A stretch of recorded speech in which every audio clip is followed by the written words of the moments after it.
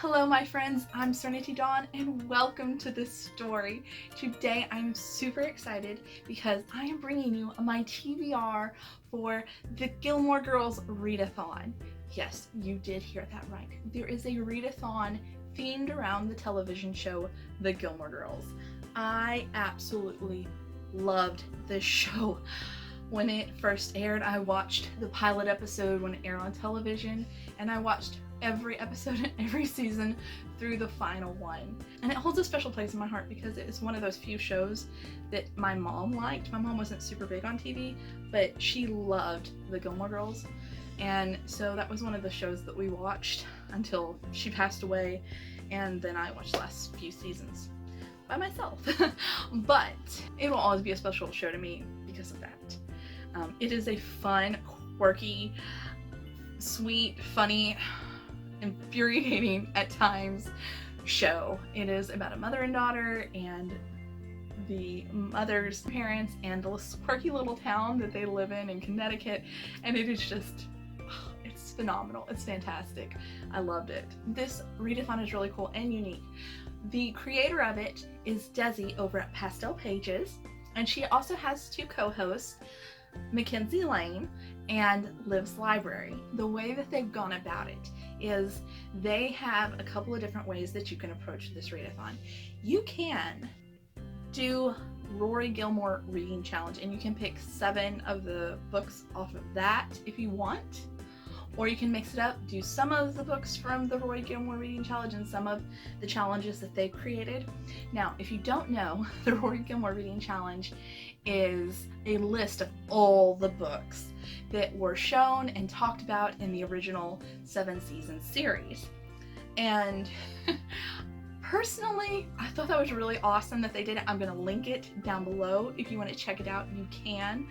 I really liked the challenges that Desi came up with, and so I'm just gonna go with those because I liked the way that they sounded, and I liked the creativity in them and how very fallish, and the books that immediately popped in my head when I heard these prompts. This readathon is happening the 1st of October through the 15th, so it's a 2-week long readathon, which is awesome. I'm super excited. A lot of people love watching the Gilmore Girls during the fall and winter because the opening theme song, if you've ever watched the opening credits for the Gilmore Girls, has a fall, multicolored kind of aesthetic, and so it's like Vermont and Connecticut type of beautiful maple leaves going on. And a lot of their clothing and episodes revolve around fall and winter. Even though things happen during spring and summer too, most of the episodes I feel like do revolve around fall and winter on that show. I know I don't normally have a beverage when I'm doing this, but if you have watched the show, you know that the Gilmore Girls were all about coffee. And because they were all about coffee, I felt like it was quite appropriate for me to have one of my favorite coffee mugs. And it's also in the shape and style that they were usually drinking out of at Luke's Diner. However, I don't have coffee today. I planned on having coffee when I first planned to do this readathon in this video, but I'm getting over a cold and I'm trying to get my voice back. So I have apple cider, which is very fall-esque. The first prompt is to read a book with a school setting, and this is in honor of Roy's time at Chilton and Yale, because the school setting was a huge plot line during the course of the show. There are so many books that popped into my head with this prompt, but I think that I'm going to be reading Hex Hall by Rachel Hawkins. This is the first book in that series. I had read this book, I don't know, like 5-6 years ago, something like that, and I enjoyed it. It was a lot of fun. It is about a girl who is a witch, and she discovered this when she was 12, and she is now 15, and something happened, and she basically gets sent to a delinquent school for those of the supernatural realm, and her first day, everything just goes wrong, and it just gets better from there. I don't remember a whole lot of what happened in the first book. I remember like later books a lot better, so I thought this would be a really fun book to delve back into. So the next prompt is to read a book that involves a mother-daughter relationship, and of course this is to celebrate Rory and Lorelai's relationship because they were such like mom-daughter goals. What immediately popped in my head the moment I heard this prompt, and I'm not going to change it, is Where'd You Go, Bernadette by Maria. Simple. Now, I chose this one because this book is all about a daughter's love for her mother. And about a month and a half ago, I got this on Overdrive, checked out to me on audiobook. I was not able to listen to the whole thing before I had to check it back because I was starting up the Disney-a-thon at that time, and it was pretty intense, and I was just really excited about it, so I wanted to do that, and I didn't get to read the whole book. But the waiting list for that book on Overdrive is like 30-something weeks at my library, and so yikes. But the reason I wanted to listen to it is the narrator sounds just like Liz, which is Luke's sister. It's from Gilmore Girls. Oh my word, y'all. I'm gonna have to research it and find out for sure whether or not Kathleen Wilhoit, if Kathleen is the actress, I can't remember. I'm gonna have to look that up because she sounds so identical to Liz. And Jess's mom. Luke's sister, Jess's mom, sounds like is narrating this book. And that just couldn't be any more perfect for the Gilmore Girls-a-thon. So you got a mother-daughter book, and it sounds like Luke's sister narrates it. It's really cool too because the book is told from the perspective of the daughter. And the daughter's later 9, maybe 10, somewhere in there. So she's still fairly young. The book is this very satirical book, and it is hilarious. The third book is to read a book that is set during fall or winter, and this is in honor and celebration of all the festivities that Stars Hollow celebrated. On that show, they were always doing the most fantastical celebrations and festivals for every little thing, and it was fabulous. That was just so much fun. I loved seeing all the different things that they did on that show in that town. I was very disappointed to learn when I looked it up when the show was running that Stars Hollow is not a real place. I always wanted to visit it. I have a few different thoughts and options about this prompt. This one has given me the most hassle, I feel like. I looked up some lists on GoodReads about books that are set during fall winter, and I will link those down below in case you would like to check them out. And one of the books that I found on that list that I thought, oh hey, I've never read that and I need to, was Watership Down. Watership Down was considered a very autumnal book and was recommended to read during the fall. And Richard Adams wrote Watership Down. It's told from the perspective of bunnies, but it's a very serious subject matter. So there are multiple movies now out about Watership Down, but I've never seen or read the books, and I think it's about time that I change that. If I don't get to it, I also could go with any of the books that I was considering reading for the school setting prompt, because there's so many of them that I would like to read that happen during the fall. Hex Hall happens during the fall. I believe that this book by Allie Carter takes place during the fall. It's I Tell You I Love You, but then I'd have to kill you. This is the first book in the Gallagher Girls. I have several of the other books that I've recently bought on clearance, but I don't have the first one. So I was able to get this one from one of the local libraries. So I thought this would be a fun read. Also, since it says cozy, a book that would be cozy and takes place in the late summer, early fall would be P.S. I Love You. I kind of got it back here, so I'm not going to pull it out. But P.S. I Love You by Casey West. That would work. It's a very cozy, sweet, gives you all the warm feelings kind of a read. So that would work too. The fourth prompt for this readathon is the complicated love interest. And this is in honor of Dean, Jess, and Logan, because don't you know, that girl had so many complicated relationships. And if you think about it, so does Lorelai. Lorelai and Rory both just yikes. Yikes. Great mother-daughter goals, terrible love life goals. No. You know, I always was rooting for Luke and Lorelai. Never did I vote or root for Lorelai with anybody else other than Luke. And honestly, at the very beginning of the show, I was like, yeah, Team Dean. Him and Rory were so cute together. And then he went and got married to Lindsay. And if he hadn't got married to Lindsay, and they could have, you know, maybe worked it out, he could have grown up a little bit more, been a little less clingy, would have been good. But he was super clingy, and he went and got married to somebody else. That was the moment I stopped shipping them. Jess had a lot of potential, but when they were dating, he never quite reached the potential that he needed to be for himself or for her. You know, later on down the road, who knows? But when they were dating, it wasn't the right time for them. Now, Logan. I loved Logan. Logan spurred Rory on. Logan was good for Rory, and Rory was good for him. They were a dynamic duo. I liked them together. They were fantastic. Honestly, I would have loved to have seen her say yes to him.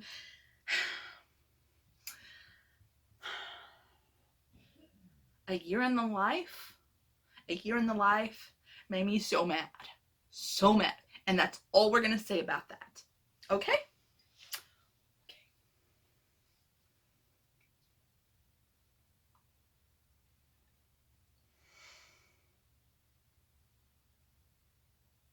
Terrible. Made me so mad.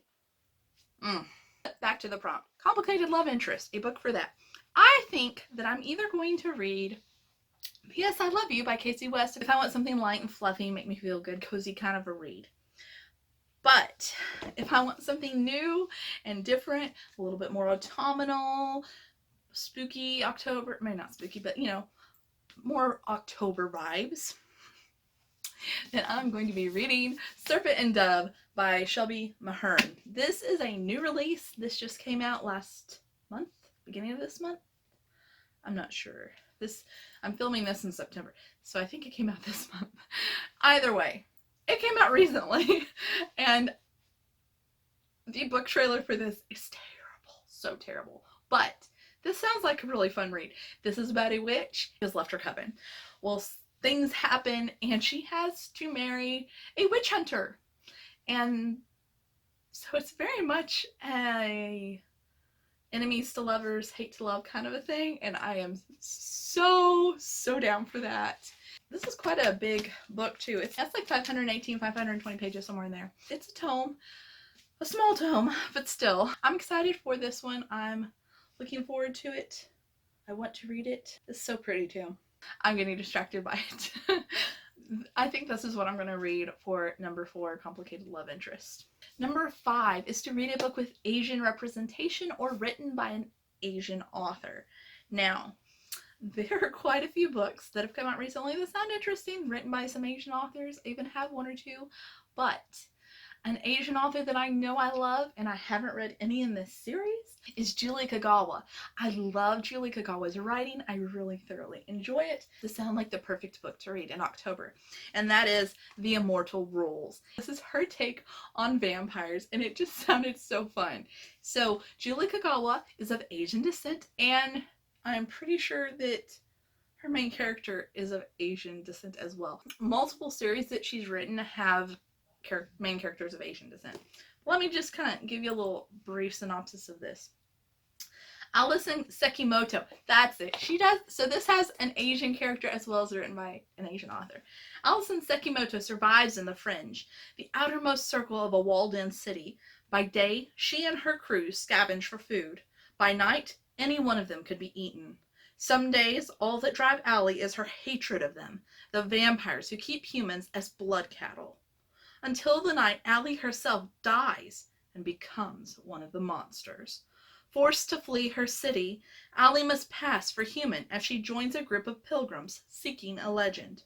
A place that might have a cure for the disease that killed off most of the civilization and created the rabbits, the bloodthirsty creatures who threaten human and vampire alike. And soon, Allie will have to decide what and who is worth dying for again. So, I don't know, it just sounded really intriguing, and I wanted to check it out. The hardcover of this is gorgeous. This is a very different cover than I've ever seen, but the hardcover is so pretty. So prompt number 6 is to read the next book in a series that you've been meaning to finish. And this is in honor of A Year in the Life. we're not going to talk about that. The series that I have one more book left in that I have been devouring this past month is the Lockwood and Company series by Jonathan Stroud, and the last book is the 5th one called The Empty Grave. Now, this is a fantastic supernatural fantasy series. It is about a trio of friends who run a small ghost hunting agency, essentially, and they take on all type of supernatural entities, ghosts, poltergeists, various ghouls, and other things. And they are a child-run agency because they're all under the age of 18, and thus they can see all these supernatural things. Adults do not see all of the awful things that are out there and hurting people, because in this world, ghosts have been reintroduced into our society and causing havoc, and we don't know why. Anyway, it's been a really interesting series. I've loved it. I've really enjoyed it, and like I said, I've devoured it. I'm really excited to read this next book. I'm a little bit sad that I'm already at the last one, but I'm excited to read this one. The 7th and final prompt is to read a book with food on the cover, or that involves food somewhere in the story. And this is in honor of Luke's Diner and, of course, Sookie, because Sookie is a chef. I really thought long and hard about this one. If I read a book about food, I'm going to be reading a book about a family who owns a diner called See You at Harry's by Joe Knowles. It's told from the perspective of a girl who, after a traumatic event, an accident, her baby brother has died, and basically the family trying to pick up the pieces and figure out where they're going to go from here. And they own a diner. So that sounded really interesting. Or I've been kind of curious about this book since I heard about it, and I've never checked it out or read it. So I have it coming in from my library in the next few days, and that is Eat Like a Gilmore, the unofficial cookbook for fans of the Gilmore Girls. And it's a cookbook about food for Gilmore Girls fans. It just sounded fun. I thought, you know what, that'd be a fun cookbook to look at and to read and find out what recipes are in there. Obviously a cookbook is all about food and about making food, so I might check that out. Those are the 7 challenges for the Gilmore Girls Readathon. But there is also a group book, and it is very apropos and very well chosen for this readathon, and that is Talking as Fast as I Can by Lauren Graham, From Gilmore Girls to Gilmore Girls. And I actually read this, I think, last year, and it was good. I thoroughly enjoyed it. I actually listened to it on audiobook from my library, and she narrates it. Fantastic. I will say that when I was listening to it, she was talking about various pictures and things, and of course you don't have those on audiobook, so I missed out on that. So when I found this on clearance, I had to get it. And now that we're doing the readathon and this is a group book, I can read it with the pictures that are in here. I also did get it on audiobook again from my library because it was available. Woohoo! So I can listen to it and read along with it both at the same time if I want, which is nice. So thanks for coming with me tonight on Little Piece of Stars Hollow. I am really looking forward to this readathon and jumping in and just kind of revisiting some of the things that I loved about Gilmore Girls, and maybe I'll even rewatch some of the episodes of Gilmore Girls while I do the readathon. We'll see. I will also be participating in Spooktober. Whoop whoop, that's happening again. I love the hosts, they're so sweet. I'm super excited about Spooktober. It's so much fun. I look forward to it every year. It is like one of the highlights of my year. So be on the lookout for that coming soon. I hope that you're having a beautiful and blessed day, my friends. Don't forget to enjoy the journey that is your story. I'll see you soon. Bye.